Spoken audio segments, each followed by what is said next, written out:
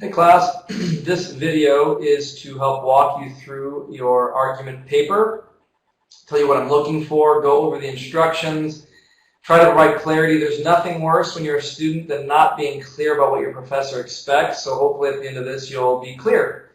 If you have any questions at the end, of course, please let me know. So let's go through the instructions. Your paper should be 5 pages in length, double spaced, 12-point font. 5 pages is an estimate. I don't grade on length. If it's short, if it's long, if it's good, it's good.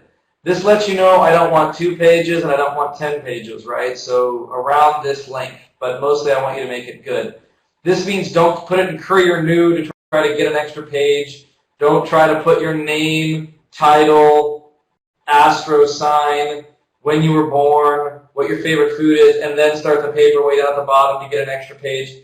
Don't do any of that. It's just tacky. It'll make me frustrated. White paper, black ink, make it good. That's what I care about.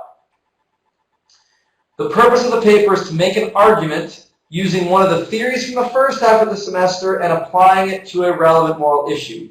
So you're going to take utilitarianism, make it clear, rule or act utilitarianism. You're going to apply it to the death penalty. Or you're going to take deontology and you're going to make an argument supporting homosexual marriage, or whatever it might be. Take a theory from the first half, make an argument related to a relevant moral issue. You should get your topic approved, and basically I'm going to have you turn in your first paragraphs ahead of time, so I'm going to look at your topics. Feel free to choose a topic from the course. We're going to be covering wealth and distribution. We're going to be covering war and violence. But also feel free to choose a topic outside of those that we cover, right? The environment, or, there's all kinds of things that might be relevant. Choose something like, if you're an education major, choose a moral issue facing education or teachers. If you're engineering, look at maybe some of the moral issues surrounding technology or other things. Find something that you're interested in and that's connected to your major. It'll make the paper much more interesting. But make sure I see it in that first paragraph so that I can look at it and see whether you can do it or not. Because sometimes topics come in and I think, you just can't do this in 5 pages or whatever the case might be. I want to make it clear that the purpose of the paper is to make an argument and not merely to describe. One mistake students make is they never make an argument. They tell me all about Aristotle and what Aristotle thought about prostitution, but I never really hear their voice or their argument. Okay, so this is not a report. This is an argument paper where I want it to be persuasive. What I want is a persuasive argument explaining why the position you have taken on the chosen topic is a strong one. To do this, you need to use good examples along with solid reasoning. Now, it's important. You are not going to solve the issue of abortion in 5 pages. You're not going to solve the issue of the death penalty. So the goal of the paper is not to resolve it once and for all. Your goal in 5 pages is to enter the dialogue that's been going on for a long time and to make a point in the midst of this really large argument, this really long conversation back and forth, moral, immoral. You're going to insert your 5-page voice that makes a point, a clear point within those 5 pages. You really should consider this when we're talking about the death penalty, right? That's your goal. Not to finish it, not to solve the issue, to make a good point. That's what I'm looking for. The first thing to do is choose a topic. What are you passionate about? What's interested in your discipline? How does it connect? And then make it specific. You cannot write about abortion. That doesn't work in 5 pages. Make it more specific. Write about late-term abortions. Write only about abortions in cases of rape. Write only about issues of fetuses' rights. So focus on the rights of the fetus and abortion.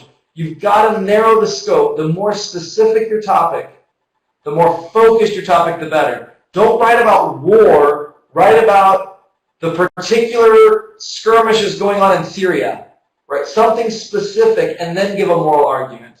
The more specific, the better. The more concrete, the better. The more you can tie it to concrete historical examples, the better, okay? Once you've chosen a topic and narrowed it, then you're going to want to choose what position. Are you for or against, right? Then you want to choose a moral theory. I am going to argue about late-term abortion using the theory of utilitarianism, right? I am going to criticize the use of the death penalty in the case of Jim Johnson using the theory of deontology, right? A specific moral position and applying a moral theory from the first half. The more specific the topic, the better. So again, narrow the scope, narrow the scope, narrow the scope. Your paper should have a clear thesis statement in the first paragraph, right? Your thesis will tell me, in this paper, I'm going to defend the death penalty using rule utilitarianism. I want to know what you're going to argue and how you plan to make the argument, right up front. Then you're going to want to have 4 or 5 sentences in that same first paragraph. So your thesis is in your first paragraph, 4 or 5 sentences in that same paragraph that outline the paper. The thesis tells me what you're going to argue, but I want to know how you plan to make the argument, right? So in this paper, I'm going to support the death penalty using rule utilitarianism. I'm going to do this by looking at this author, this article, this piece of data, this view, this scripture, and I'm going to get a sense after one paragraph, 5 or 6 well-crafted sentences, I know what you're going to argue, and I have a sense of how you plan to make that argument. I know the major movements the paper will take. I know the major examples that will be highlighted. So that first paragraph is so vital. It functions like an abstract so that it outlines the paper as a whole. After I read that first paragraph, I have a good sense of what you're going to argue. Okay? I have put 3 exemplar papers on Canvas. Exemplar paper 1, 2, and 3. They will give you good examples of what the intro paper should look like. They will give you good examples of what a strong argument looks like. They will give you good examples of how to apply a moral theory to a specific issue. Okay? So be sure to look at those exemplar papers so that you get a sense for what an A looks like. Okay? So don't forget about that first paragraph. Also, make sure to cite your work. I require all students to use 2 outside sources outside of the reading that I require in class. 2 outside. When you cite these, you can use MLA, APA, Turabian, Chicago. Use any style as long as it's a professional citation style and you use it consistently throughout the paper. If you use footnotes, endnotes, whatever it is, use it consistently throughout and I'm okay. So choose a professional style, use it consistently. The other thing with footnotes that's important, many students write their argument paper and then they're like, oh wait, I need to use 2 sources. And so they go back, they look at Wikipedia or something, and they try to fit in 2 sources. Don't do that. Don't use the sources in a peripheral way, defining a term or something. I want you to use your sources in substantive ways. The source should help you make your argument. It should be a key point, right? It should be a key element of your argument as a whole. So if you're going to make a utilitarian argument about the death penalty, you want to find sources that make utilitarian arguments about the death penalty. Find support in these sources and use them substantively, okay? If you don't, you're going to get dinged. So find 2 sources that really help you make your case. Get to the core of the issue. If you don't cite sources, it's plagiarism, which means you can fail. Not only the assignment, but the entire class. Don't plagiarize. Cite your sources. Give me the bibliographic information. Also, do not turn in a paper from a different course. Some of you took research and writing and you had to write an argument about a social issue. Don't turn that paper into me, okay? Choose a different topic. Write a different paper. It's vital, right? It broadens you. It forces you to look at a new topic, make a new argument. It's going to make you a better thinker and a better writer and a better academic and hopefully more moral. Some informal things to think about. Common mistakes students make that really dramatically hurt their grade. They write a really bad introduction. They don't make an argument but give me a report about Plato or someone else. Or, and this is really common, they make too many arguments. In one 5-page paper, I get 5 arguments, all supporting the death penalty. Each of them is only a paragraph long. I don't want that. I want your paper to have 1, maybe 2 arguments at the most, so that you have to add depth to the arguments. So don't give me 5 arguments supporting your view. Give me 1 extended argument using data, using research, using examples to make that argument strong. Maybe you add a second. You have a major argument and a minor argument, at the most. But predominantly, I want that major argument. So the paper should focus in like a laser beam on a specific topic. You're going to make one argument on one side of that issue, and you're going to give me a 5-page unpacking of that argument.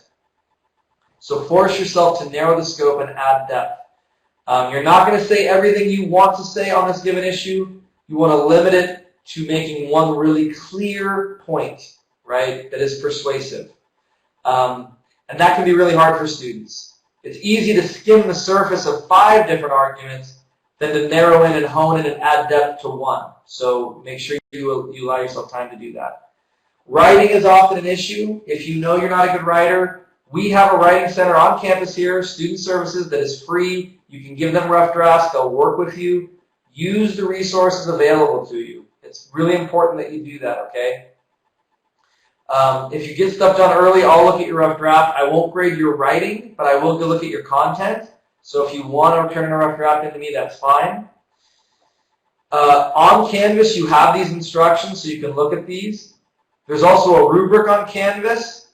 So this is what I'm going to grade you on, right? So you can see. I'm going to read through your introductory paragraph, and I'm going to click one of these 5 categories, okay? So make sure that your first paragraph meets these criteria. I'm going to look at the organization of the paper. It's worth 30 points, right? The intro's worth 20, or 30. Is it clear? Does one paragraph lead to the next? Do you jump around? If you give me 5 different arguments, it's not very organized. You give me a million different examples, it's not that organized. Give me one really good example that's documented. Give me one really good argument that has depth. I want clear organization. Strength of argument. How well do you make your case? How persuasive is it? Do you use good data? Do you use good resources to help make your argument? Again, you can see I'm going to click one of these 3 or one of these 5 categories, so make sure yours is over here. Strength of argument's worth 70 points.